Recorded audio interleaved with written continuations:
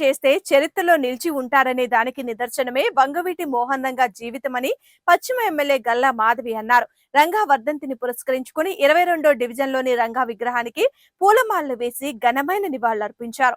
ఈ సందర్భంగా కలిసిన మీడియాతో వారు మాట్లాడుతూ రంగా అంటే మొదటిగా గుర్తుకు వచ్చేది పేద ప్రజల కోసం ఆయన చేసిన ప్రాణ త్యాగమేనని తెలిపారు. ఈ నివాళి కార్యక్రమంలో జనసేన నాయకులు ఆళ్ల హరి, ఉదయ్ తో పాటు డివిజన్లోని కూటమి నాయకులు, కార్యకర్తలు పెద్ద సంఖ్యలో పాల్గొన్నారు. నమస్కారం అండి.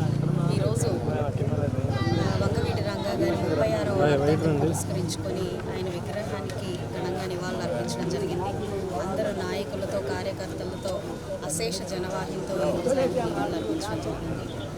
విజయవాడ తూర్పులోనే ఒక ప్రామాణికం చెందిన వ్యక్తిగా, మహాశక్తిగా వెలిసిన రంగా గారు పేదల పాలిట, బడుగు బలహీన వర్గాల పాలిట ఆశాజ్యోతిగా ఇళ్లే వాళ్ళకి అందించడం కోసం చేసిన పోరాటం కావచ్చు, వారి యొక్క హక్కులు సాధించడం కోసం చేసిన పోరాటం.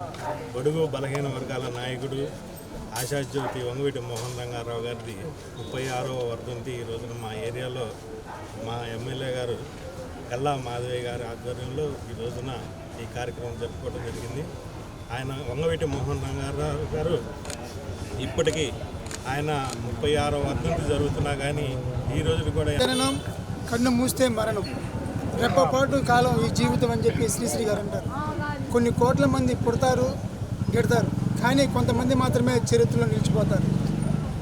వంగవీటి మోహన్ రంగా అనే వ్యక్తి పేదల కోసమే పుట్టాడు, పేదల కోసమే చనిపోయారు, చరిత్రలో నిలిచిపోయారు. ఎవరన్నా మన కుటుంబ సభ్యులైనా సరే